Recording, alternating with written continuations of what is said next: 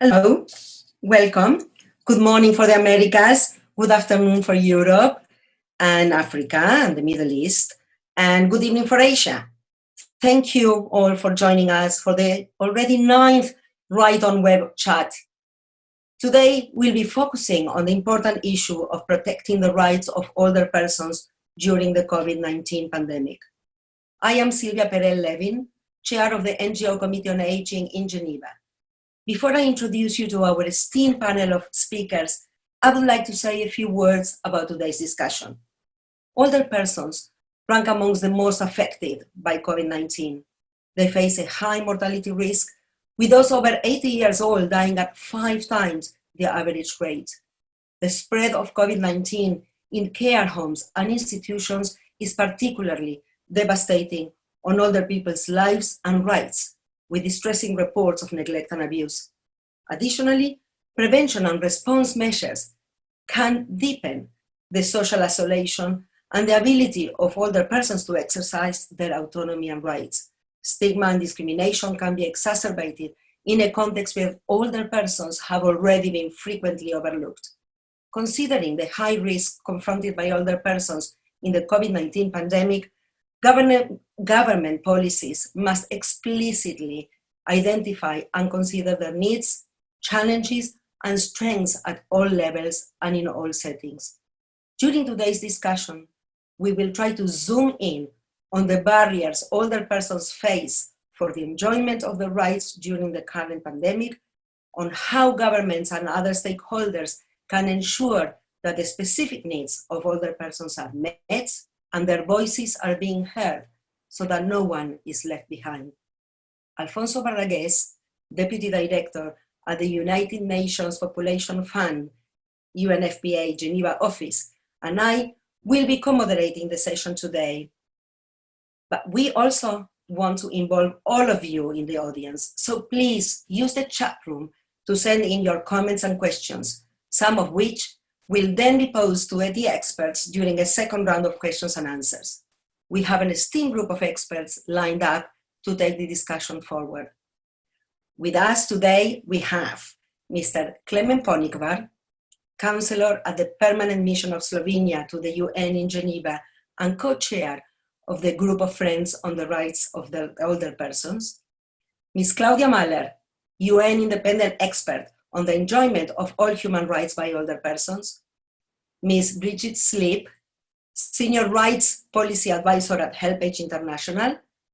Ms. Nena Georgantzi, Policy Coordinator for Human Rights and Non-Discrimination at Age Platform Europe. Rio Hada, Team Leader, Human Rights and Social and Economic Issues at the Office of the High Commissioner for Human Rights, OHCHR, and focal point for the rights of older persons in OHCHR. And last but not least, with us today is also Ms. Rachel Snow, who is the Chief of the Population and Development Branch of UNFPA. So now we turn to our esteemed panelists, and we will start with Claudia.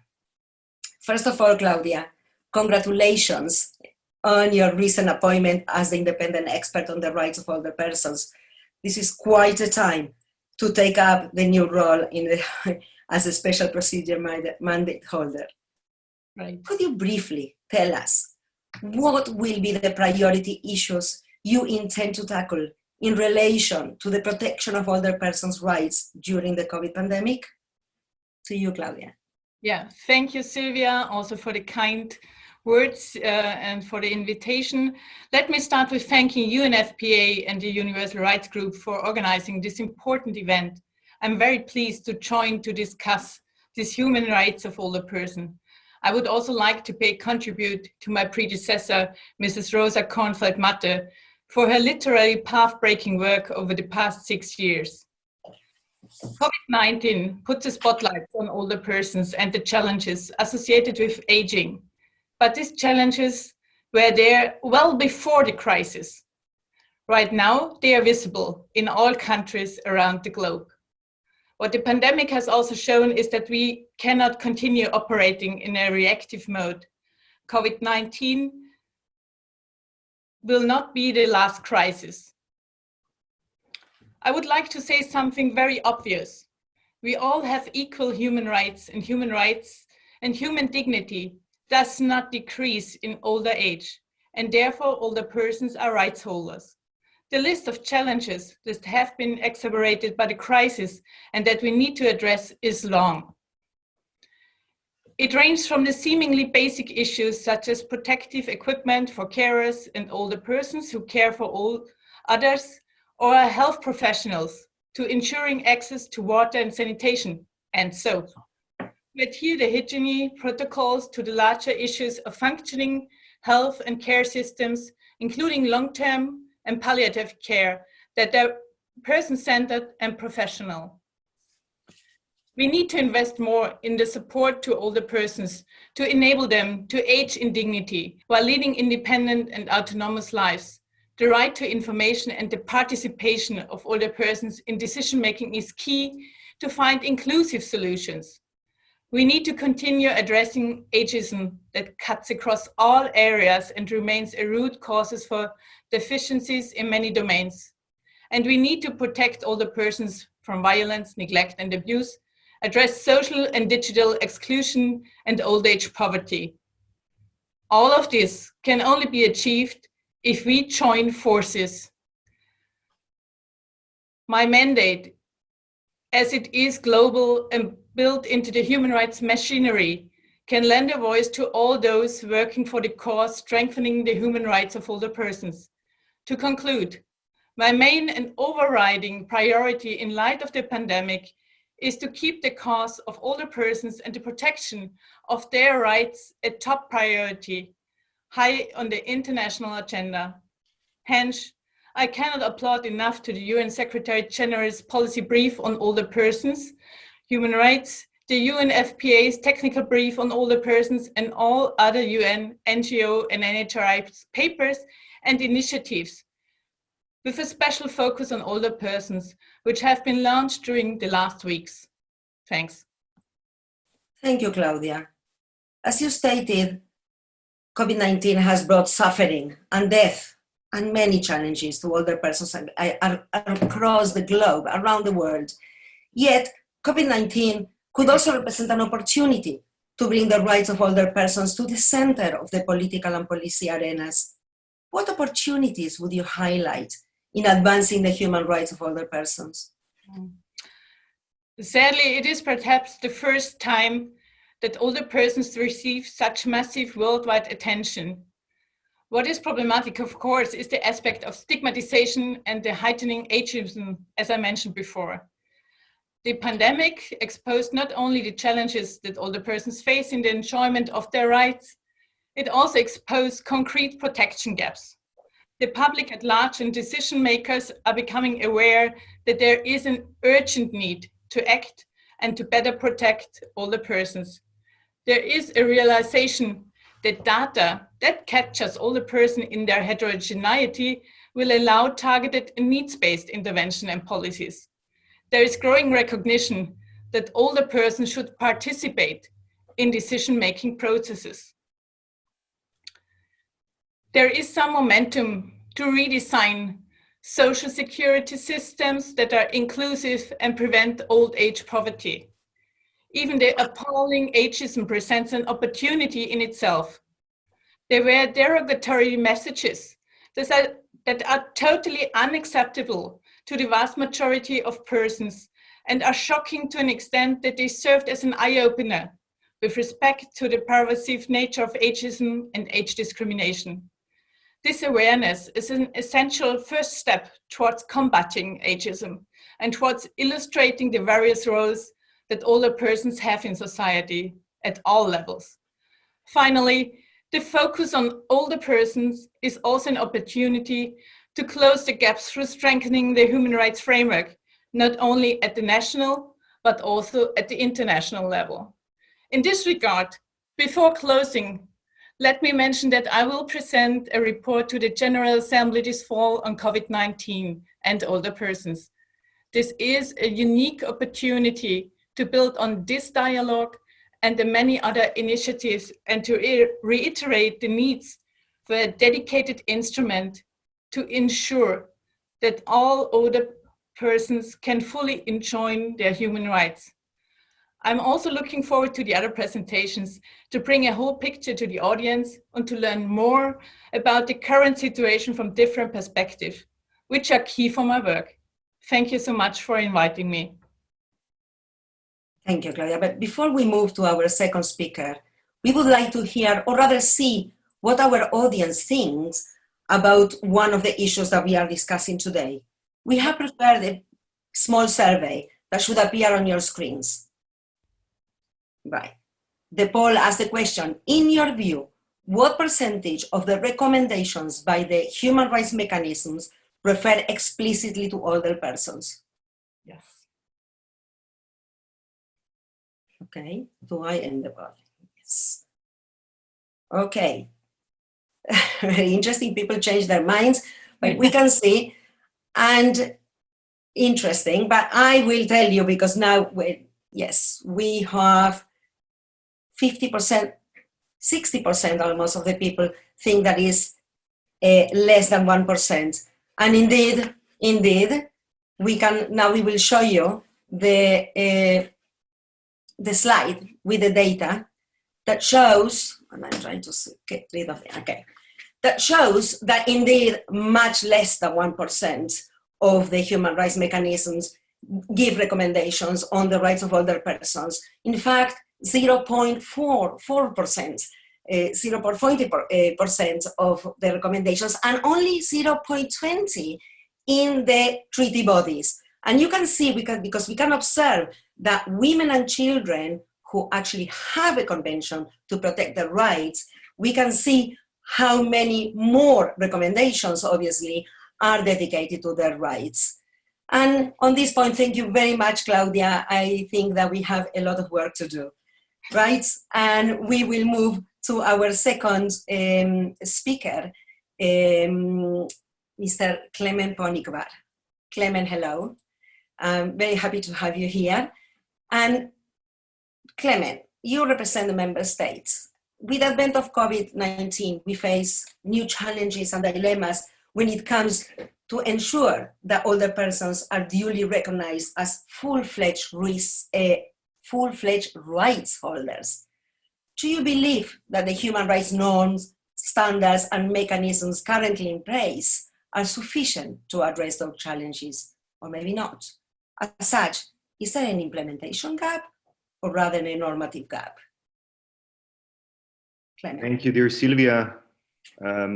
Thank you, first of all, to organizers, the UNFPA and URG for hosting this important event.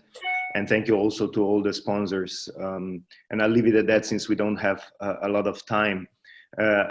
Thank you for this question also. I mean, it's an excellent question, which I think has been thoroughly discussed at the UN now for over a decade. I'll focus on it from Slovenian perspective. My country is a firm believer in multilateralism, in effective multilateralism and international law. And as such, we strongly support progressive development and further codification of it.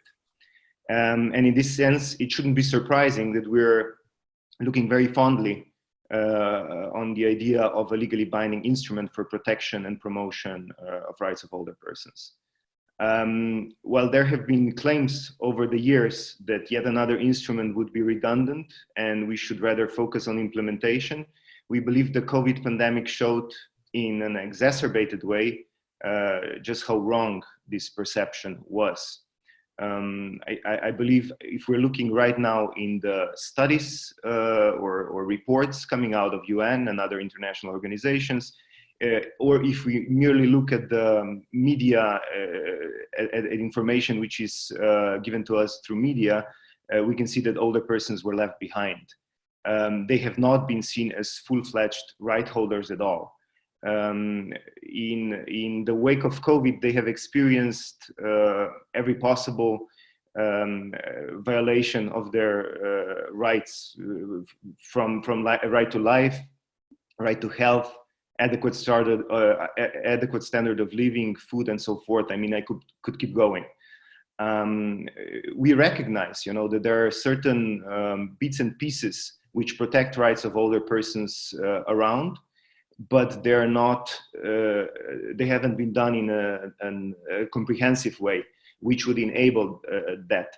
And one fact that you have also put in light right now with the survey that you have just made is the fact that, you know, we do have mechanisms which we could use better, but we're just not doing it. So when we're discussing the issue of implementation, and you know, satisfied with saying, okay, we just need more implementation, it's actually, we should be actually discussing the vehicle which enables us this implementation. And in our humble opinion, this would be an instrument. And I'll leave it at that. Thank you very much for now.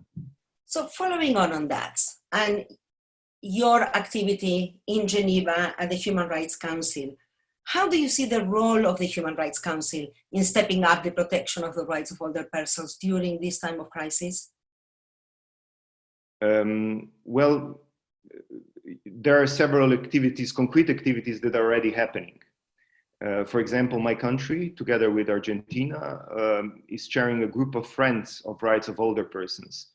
And we are very active within the Human Rights Council. Just last September, for example, we have ran a joint statement, which has focused on the support and care of older persons. And one of our greatest aspirations is, again, you know, also taking better use of the UPR mechanism. And we're constantly, you know, also contemplating how we should go about that, and planning, you know, certain activities in this regard. And again, as Slovenia, we also firmly believe that Human Rights Council's role shouldn't stop merely at that. While we strongly support continuation of the important work that Open-Ended Working Group in New York has been doing, we believe Geneva could engage more substantively, and we'll continue discussing this with our partners in the months and weeks to come. Thank you, Klemen. And we are always willing to work with you towards a substantive resolution, one of many, I hope, a substantive resolution at the Human Rights Council on the rights of older persons. And I will now turn to our next speaker, Nena. Nena, we heard a bit, we could hear much more, and we will, about the ageism being at the root of a lot of the challenges that and the impact that older persons are facing from COVID-19.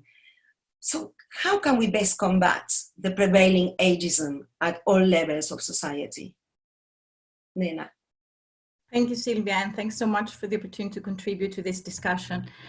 I want to address this question by referring to philosopher Miranda Fricker, who talked about what she called hermeneutical injustice, which is a form of injustice caused by not knowing that you're actually being treated unfairly.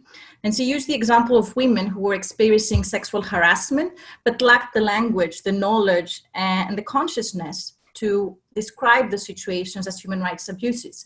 So instead, they tended to consider them normal, to trivialize them, or even feel guilty.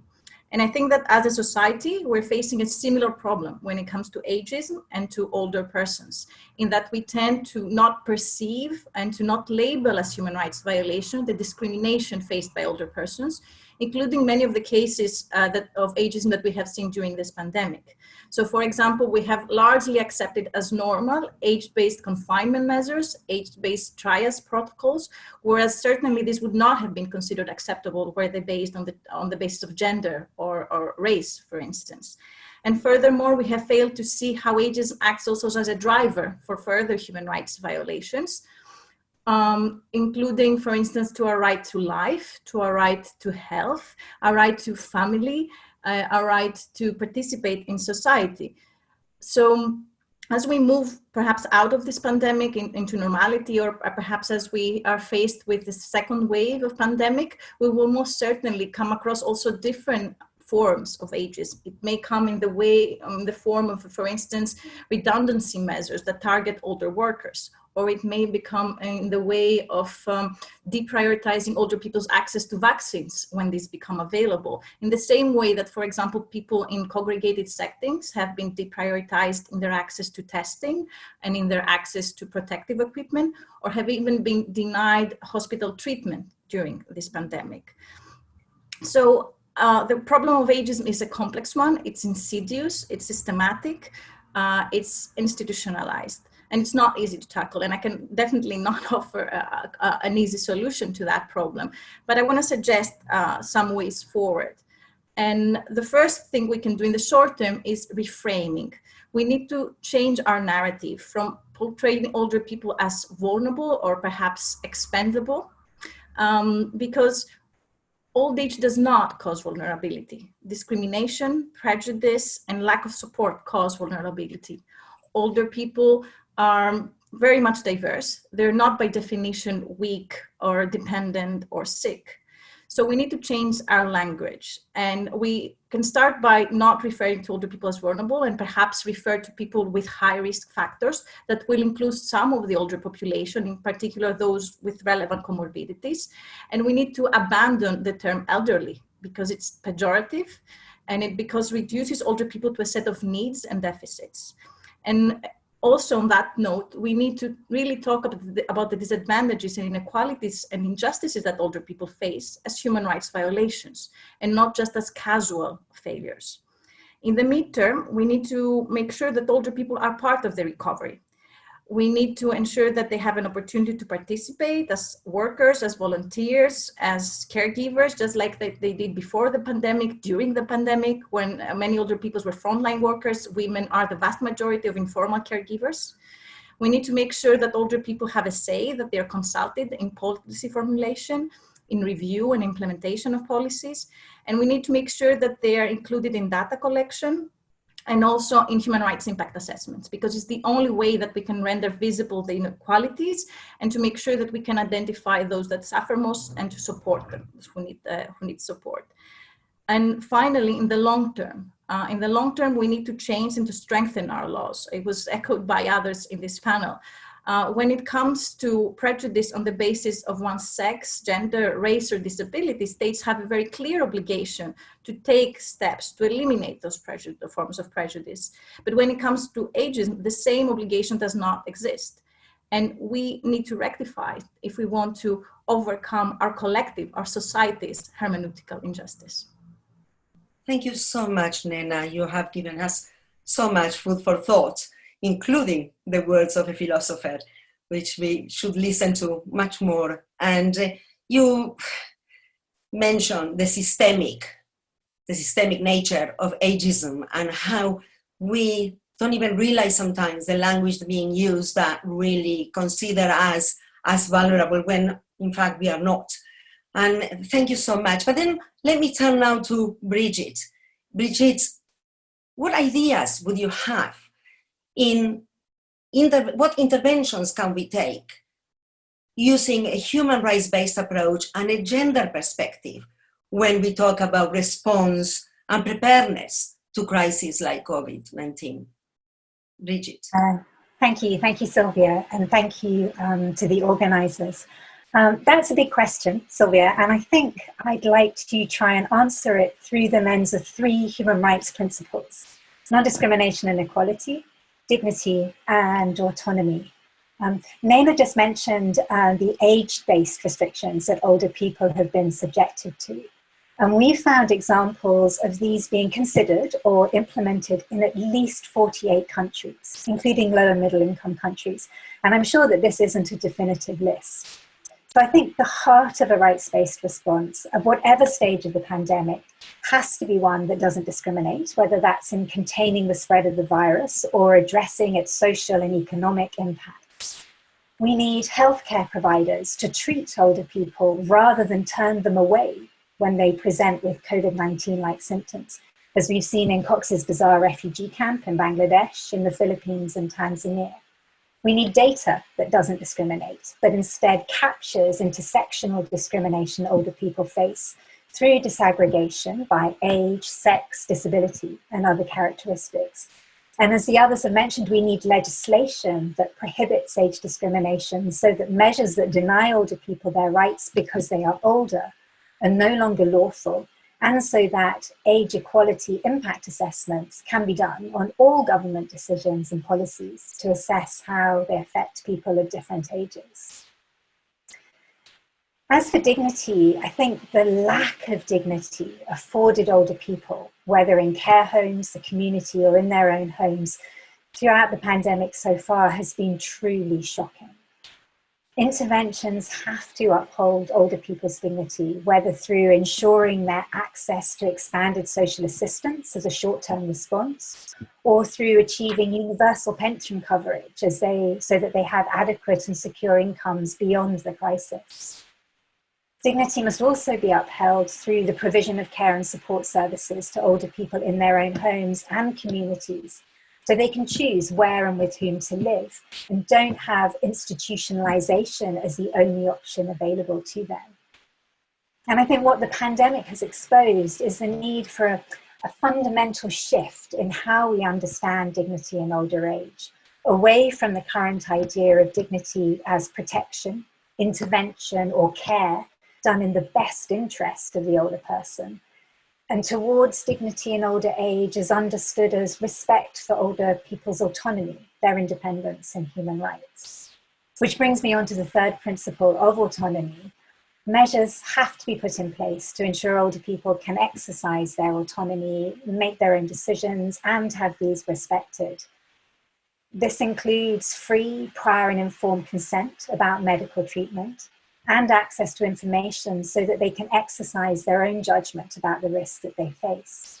Older people's voices must be listened to, whether that's consulting older women in the design and implementation of life-saving and essential responses to gender-based violence, or having the space to speak out to dismantle harmful stereotypes about aging and older people. So just to wrap up, I think that human rights are very much part of the solution to rebuilding societies that are fair and just for everyone, including older people. And for this, we need a foundation from which policies can be built and assessed to see if they meet human rights standards. So a new UN Convention on the Rights of Older People, as others have mentioned, would provide this foundation, as well as the means by which older people can hold their governments to account. I think the pandemic has shown us exactly what happens when your rights are neither protected in law nor understood in practice. And it's also, I think, provided us with an opportunity and a time to change this. So thank you. Thank you, Bridget. And thank you all our speakers until now. And I think that we can agree that a convention would help us to reframe the narrative, to guide governments to take a human rights-based approach in order to change the stereotypes, to reframe how we treat and we see older persons, and to move away from protection to the protection of the human rights of older persons. And on this point, I would like to pass the voice to my co-moderator, Alfonso, and I will see you later. Alfonso, thank you very much. Thank you, Sylvia. It is a pleasure to co-moderate with you. You're running this conversation so ably, and being able to draw from our panelists, those who spoke so far, such a rich and solid arguments to emphasize the importance of human rights into the issue that we are discussing today. In fact, I have a banner right behind me, and we cannot see the slogan because it's floor level, but the slogan says, building a society for all ages. And I think that this social inclusion principle, which is challenging in itself in normal circumstances, is put to the test during the COVID-19 pandemic. And it can serve, this crisis serve as an opportunity to emphasize how, without addressing the rights of older persons, we are not going to be able to build a society that works for all ages. So, having said this, I will continue now with two more speakers from the UN system. So, colleagues of us in the UN system. I have in first place Rio Hada, not only an old colleague in OHCHR, but also a good friend. And Rio, I would like to ask you, as we know, the Secretary General and the High Commissioner for Human Rights, something Claudia Mahler already mentioned, have been quick to underscore the priority that needs to be accorded to older people in the context of preparing and responding to this unprecedented global crisis. What would be the main role in practical terms at country level? What would be the main role of the UN system, particularly UN country teams, in supporting governments and other national stakeholders to uphold and protect the rights of older persons, both in preparing for and responding to the COVID-19 pandemic? Thank you, Alfonso. I'm glad to be here, and thanks for the question about the role of the UN system, in particular at the country level and country teams. Earlier in April, the Secretary General, before all these policy briefs came about, he launched a framework for UN socioeconomic response to COVID-19 crisis as one of the 3 critical components of the UN's efforts to save lives, protect people, and rebuild better.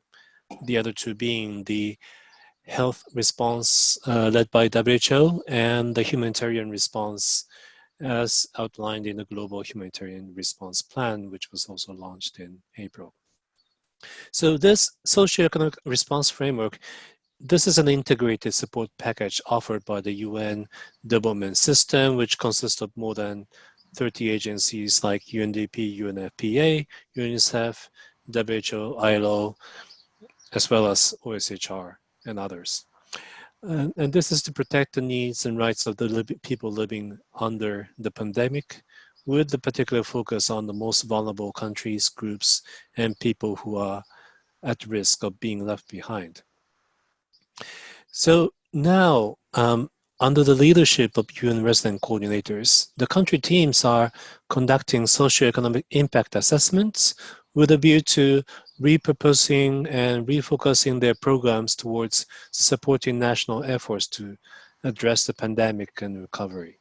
And there's a robust guidance in place on how to undertake that assessment, human rights-based programming, identify vulnerable groups in the analysis, and ensuring that they are targeted effectively, addressing barriers as well as tracking the impact on vulnerable groups. And I believe Rachel Snow will talk more about the data part of this. And older persons have been identified in this framework as one of the highest risk groups to conduct analysis and integrate in their programming. UN country teams also have important role for advocacy to raise the voices of older persons vis-a-vis governments and others, and use that UN convening power to create dialogues and forge partnerships. For example, in Serbia, our human rights team has worked very closely with the UN resident coordinator and UN country team to address the situation of older persons and other risk groups with the state ombudsman and Ministry of Social Affairs.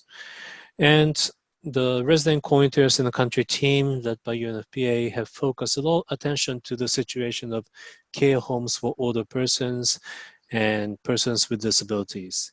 They translated WHO and UN guidelines to increase their outreach. Now, the resident coordinator said the other day in another UNFPA webinar that the country team will be looking at developing a more structured and intergenerational approach in developing UN responses for the recovery. So just to conclude that, traditionally, older persons have received less attention in the work of the UN at the country level compared to some other groups. And you've seen with regard to the mechanism, you see the survey about how much attention that they have received. I think the COVID is changing this situation, and this is why we look at this as an opportunity for the UN system as well, so that to sustain our current attention to older persons and further integrate into programming and activities that go beyond immediate response to the crisis, but into more socioeconomic recovery and rights-based implementation of the SDGs. For example, in strengthening social protection, we talked about age-based discrimination, impact on older women, and harness more intergenerational solidarities. And for this, I think we need broader engagement and support and advocacy to connect older persons, stakeholder groups like yourselves, with the UN country teams. I'll stop here. Thank you. Well, thank you very much, Rio. And I think you emphasized a very important point in ensuring a system-wide response or work on addressing the rights and needs of older persons. This is not just the work of one individual agency, as well as in society, we need the whole of society approach. It's not just the work of one particular ministry or department, executive. Different entities have to work on this transversal issue, and we look at the leadership role of UN resident coordinators as far as the UN to ensure that this happens at the country level.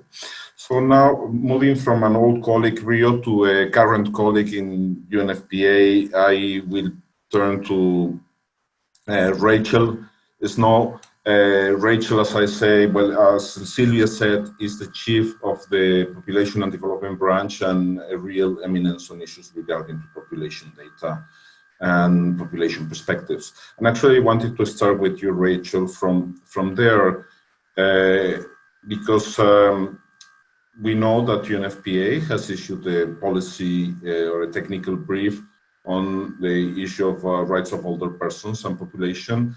So I realized that maybe here in Geneva in particular, the audience is not so familiar with these concepts used by demographers and those tools used by demographers. So if you could clarify to us what the practical implications of applying a population perspective with a focus on older persons in preparedness and response to the COVID-19 crisis would be.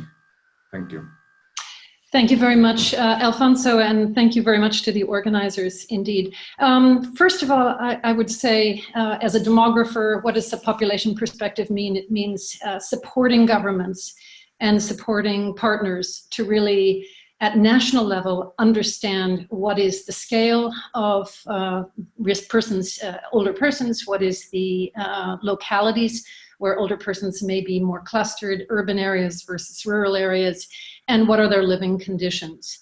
And this is so important because there's so much variation from country to country in both proportions and numbers of older people that you can't copy your neighbor. It's really necessary as each individual government to have a very good perspective. Use the best available population data, your last census, your civil registration data, and quickly assess where older persons are living, as I said.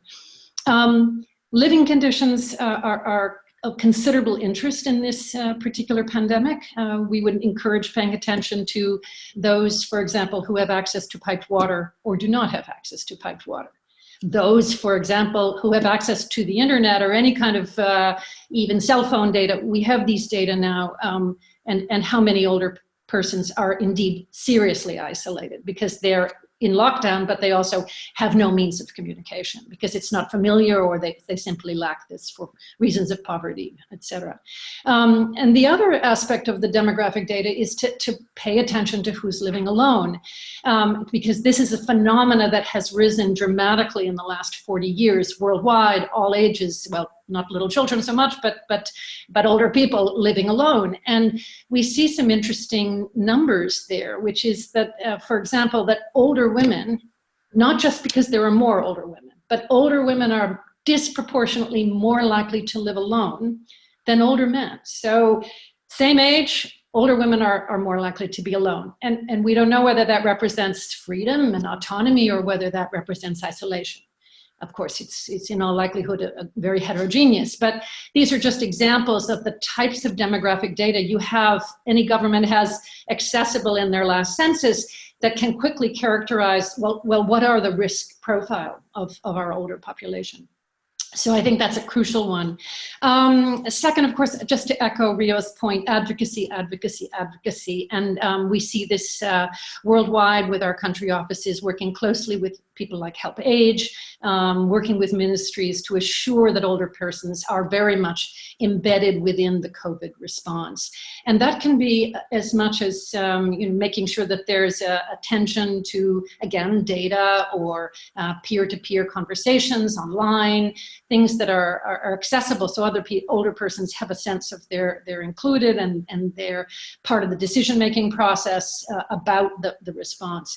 But it can be as concrete as we see in Myanmar and Iran, where it's been very, very crucial to assure that PPE is going to old age homes, to older persons at risk who are shut in, healthcare workers for attending to older persons, etc. So advocacy and programming huge. But I would just conclude on this point by saying I think it's also assuming this gender perspective is included in any attention to older persons. And, we do see that older men, is from the data we have, older men seem to be more vulnerable in terms of fatalities, case fatality, any given age, men are dying more than older women. At the same time, we have more older women. And we also have more older women living in extreme poverty. They have less lifetime earnings. They have far less pension, particularly contributory pensions. So we have different vulnerabilities among older persons. And also we have different vulnerabilities by age of older persons. And 80 plus risks are not the same as 65 risks. So in essence, we need to make sure the demographic data is there in very concrete terms, advocacy and directly in the response, and then making sure that there's a gender perspective in this, the response, preparedness and response. Thank you. Well, thank you, Rachel. And actually, I think through your explanation, we realize the potential that demographic data and population data will have for the issue that we're discussing today. So a follow-on question to that is, how can we maximize the use of the information which is already available from existing data sources? Yeah. What would be the priority data gaps to fill? And how we can ensure that in filling those data gaps, this is done according to high quality standards? Thank you. Thank you very much. I think, first of all, it is making sure that all the COVID-related data are disaggregated, sex and age disaggregated. And our colleagues at WHO were just telling us the other day how worried they are in the sense that so little data is sex and age disaggregated about COVID. And we know everyone's under extraordinary duress right now, and collecting data may seem sort of a low priority, but it's crucial that the response can be informed in a rolling manner by better and better data. So all of the response data needs to be age and sex disaggregated. And I would again point out that case fatality rates between 60 and 69, 70 and 79, and 80 plus are very, very different. And so it seems to be a steep curve. And so it's worrying if we lump 65 plus and we say that's the population we're attentive to. No, we need more granular data. So in COVID in itself, let's do this. And as I mentioned, the last census, some countries have very good civil registration data. It should be possible in all countries, in most countries, to characterize what the living conditions of older persons and the demographic perspective. UNFPA is launching now a dashboard to try and do this country by country. We're using IPEMS data for 94 countries, projection data for another 200 to do just that, and working closely with governments. But I would say secondarily, the Secretary General's interest in economic and social impact of COVID, we must assure that older persons are attended to in all of this research, because again, just to echo the point of poverty and older women's poverty in particular. We really need to pay attention to issues such as how will food security play out for older persons. Food security is the theme of this year's Commission on Population and Development, and within the Secretary General's reports for that commission, you do see the concerns about nutrition for older persons and food security. We need to have our eye on that ball going forward. But I would say maybe the last point is violence, and only to just make the plea that we have so little data that we need on the violence, emotional, economic, physical, that older persons are experiencing. You know, we see all the indications of widespread discrimination, disregard for older persons, sadly across the world.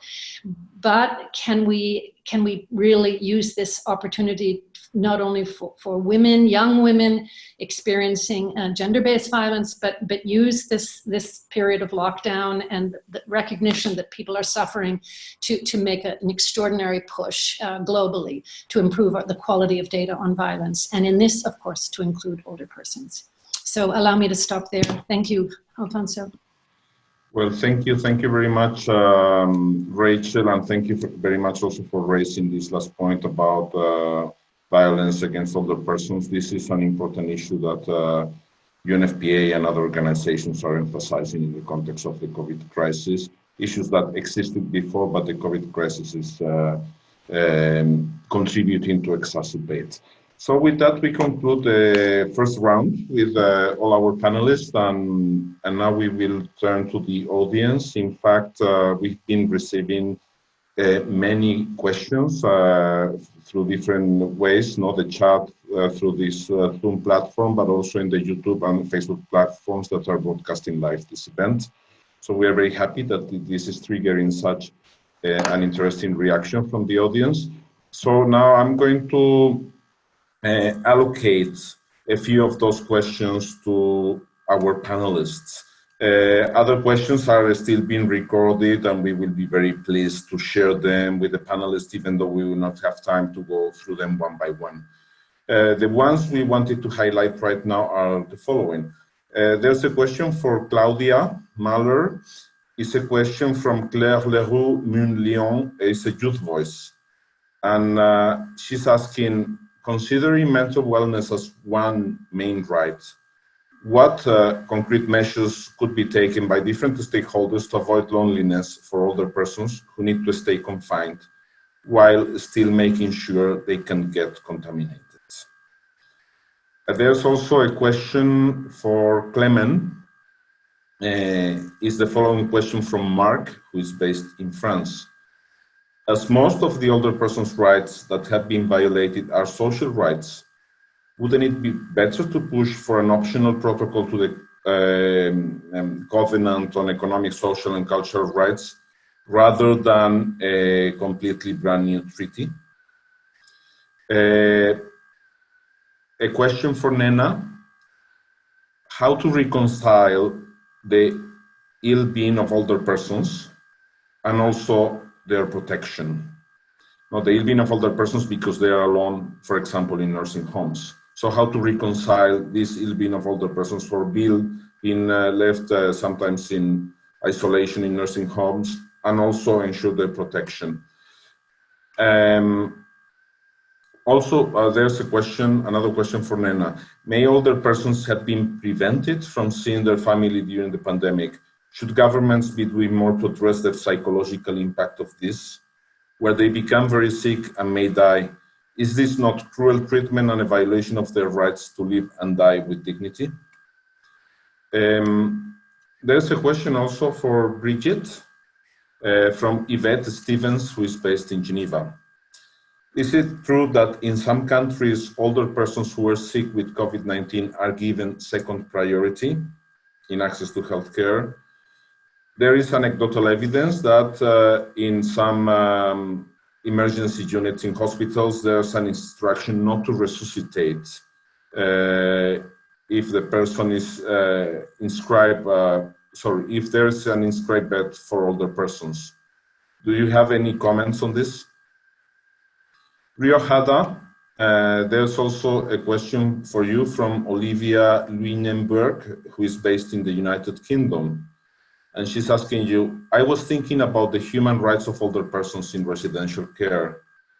How are their rights differently considered compared to other older persons that live with their family in family home? She's asking this question because she's based in the United Kingdom, as I said, and in that country there's a discrepancy in the handling of the pandemic crisis, depending if you are in a home care or in hospitals. And finally, there's a question. There are two questions for Rachel. What are good sources of data? Databases, reports, charity, to identify access to internet and digital literacy skills. And the second question is, what is needed most in this area of digital literacy and internet access? Where is the opportunity to have the greatest impact? Where is the opportunity to have the greatest impact in this area in the digital area and internet area in which we live? So those are the questions for the panelists, and I will, in order to give you a moment to think of your answers, before that we are going to run a second and last poll in this event.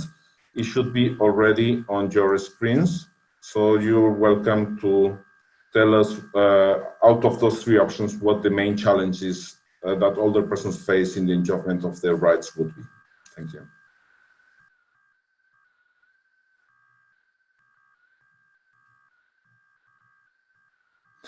Well, thank you. The poll is concluded, and we see an overwhelming majority of responses in regards to the issue of social exclusion and age-based discrimination, which highlights the importance we put on in this meeting on the issue of ageism, as you could see in previous presentations. Probably the panelists want to also reflect on the outcome of this poll in their answers to the different questions I allocated to them. We will start first with Claudia. If you collaborate on the question that was asked to you. Thank you. Yeah, thank you, Alfonso, and thank you for the questions. I hope I got it right. As far as I understood this, it's also about older persons which are isolated at home and also in care homes. I think this is a real threat for all of them and also for their mental health. What we have seen, what I have seen through a couple of reports, is that many of the care homes found different solutions to getting in touch with their beloved ones. For example, they had clean rooms with a long distance where they had a chance to meet each other outside sometimes and also in rooms. But what we also learned is that it's very hard, especially for older persons with dementia, even if they got connected to the families through digital device, they did not really achieve a good solution through this because they were worried what is going on, because they just heard the voices and did see them but didn't get connected in a real way. So I think in this regard, the digital help was not really helpful, but it helped for others very well. But what we have also seen is that there are no wireless LANs or digital solutions in many of the care homes. Maybe some of them get now more devices, but from what I've heard is that many of them are not connected, and so you're double isolated, maybe at home because you're living on 4th floor, don't get any assistance, don't have any social networks working for you, which give you a helping hand and which make you feel comfortable also when you're isolated. And from this feeling, I would also say what we have learned through the pandemic is that older persons in care homes, for example, have not been in the focus. They didn't get the PPE for their protection, so the carers didn't get the protective necessities, and also the older persons were not very well informed. So this was quite hard for them, and it is in a way, an isolation for the older persons. And what we also learned is that some of the politicians were thinking about that everybody else could recover and go back to their lives, but older persons should stay home. And this is a very ageist approach and age discriminating. Thank you. Thank you. And I will thank you for your answer. And I will ask all the rest of the panelists to just allocate 1 minute maximum for their questions so that we can finish in time. So now I move to Klemen with this question on the optional protocol vis-a-vis versus full convention. Thank you. Thanks, Alfonso. I'll be super quick. For us, the most important thing is that we recognize the need that something needs to be done. And at this time and place, we're not excluding any of the possible solutions or options, including an optional protocol to one of the existing covenants, and I recognize the connection it has with ESCR, or even both. The question is how we can protect the rights of older persons in the best possible way.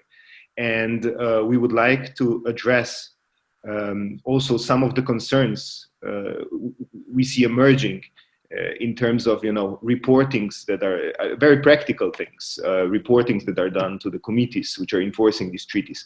So for us, basically the main objective is, first of all, recognition that the instrument is needed, and then secondly, finding the right one which will protect rights of older persons in the best possible way. Thank you, Klemen. And in fact, I would add to that when we're talking about the Covenant on Economic, Social and Cultural Rights, which of course, we should also take into consideration the civil and political rights of older persons, which are so important for their autonomy and dignity, as it was explained by Bridget and also alluded to by other panelists. I will now turn to Nena for her question. Thank you for this question. I'll address them together because there's a certain overlap in the sense that they refer to the need to address the emotional stress during quarantine and the need to protect older persons. And we have seen during this crisis everything from very strict no visitor policies, extending quarantine for a very long time for the older population, to a lot more flexible measures. So certainly the approach will very much depend on the context. But what is relevant for this discussion is that according to human rights law, measures taken as a response to COVID-19 need to be necessary, proportionate, and non-discriminatory. So to the extent that there are less invasive, let's say, measures, things need to be taken into account. So to give one example, for visitor policies in nursing homes, the WHO has developed guidelines which give information about how visits could be organized in nursing homes, including prior testing, designated areas, taking into account the needs of terminally ill patients or patients with cognitive disabilities that may not be able to communicate as well through virtual means. So it has to be a case-by-case scenario. So usually blunt exceptions like this can amount to human rights violation because they do not take into account the individual circumstances. And we have seen cases where there's not only emotional stress, but often physical stress, in the sense that residents may end up even eating and may end up deteriorating their own health. So there can be very important repercussions of this. And similar, this would apply into measures that extend confinement at home only for the older population, that would deprive them of the right to see their families, to participate in society, and so on. So I would say that we need to go back to these 3 criteria to check whether alternatives can be less invasive to our rights. Thank you very much, Nena, for being with us and for this explanation. I now turn to Bridget. On this question regarding whether there's sufficient evidence that older persons may not be given priority in healthcare settings. Thank you. And I think certainly there's the very, very difficult decisions that healthcare personnel have to make when medical resources are scarce has been brought right up into the public arena during this pandemic. And we have seen triage protocols that do use age as a criteria for that decision making. And I think that over the course of this debate, throughout the pandemic, there seems to be a consensus growing that age must not be used as the sole or main or primary criteria for deciding who does or who does not get access to medical resources. But that has still allowed for the use of age as a secondary criteria or as a criteria in combination with another.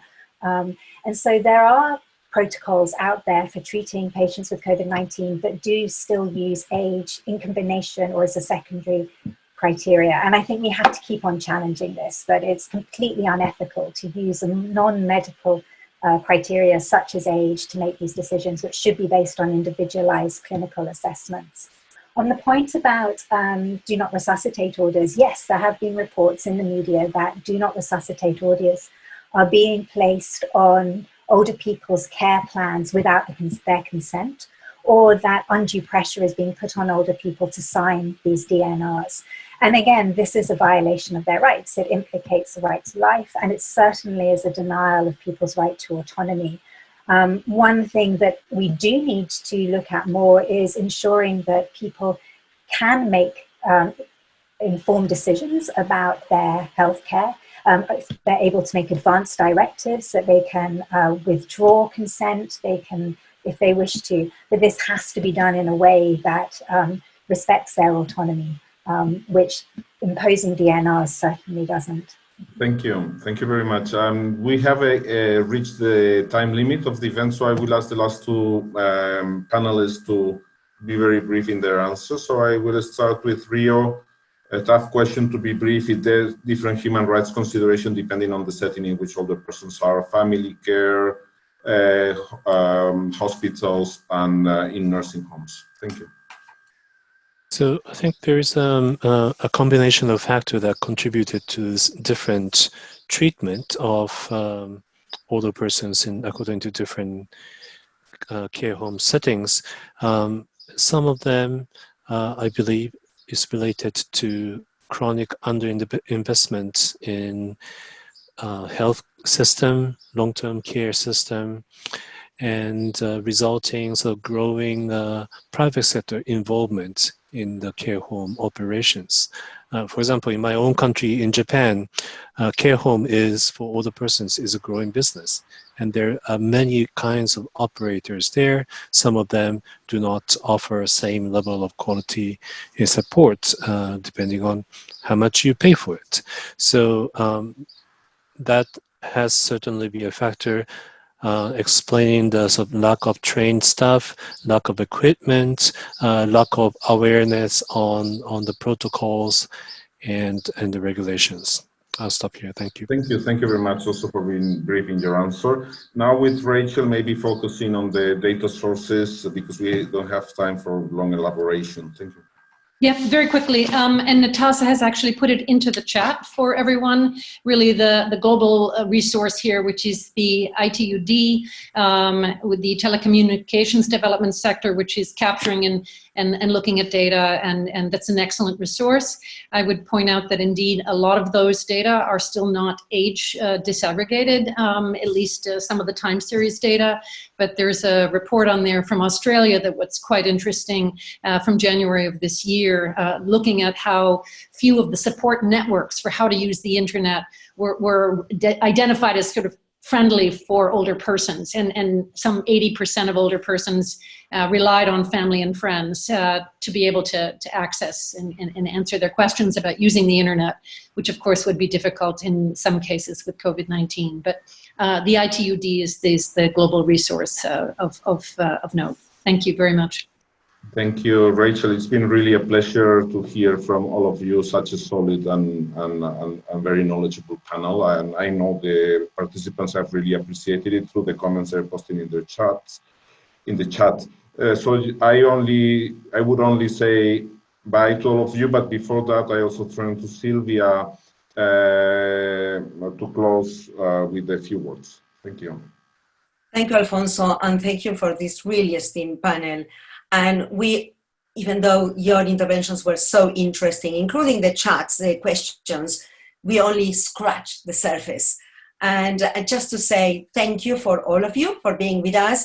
And we carry on the conversations. And there are several webinars going on around the rights of older persons. And please write to us, and we can include you in our mailing list to invite you to carry on this conversation. But RightOn will be with us again next week, but this time will be on Thursday, and we will discuss access to information and the safety of journalists in times of crisis. And with this, I would like to wish you a very good day, and thank you again. Until the next time. Bye-bye.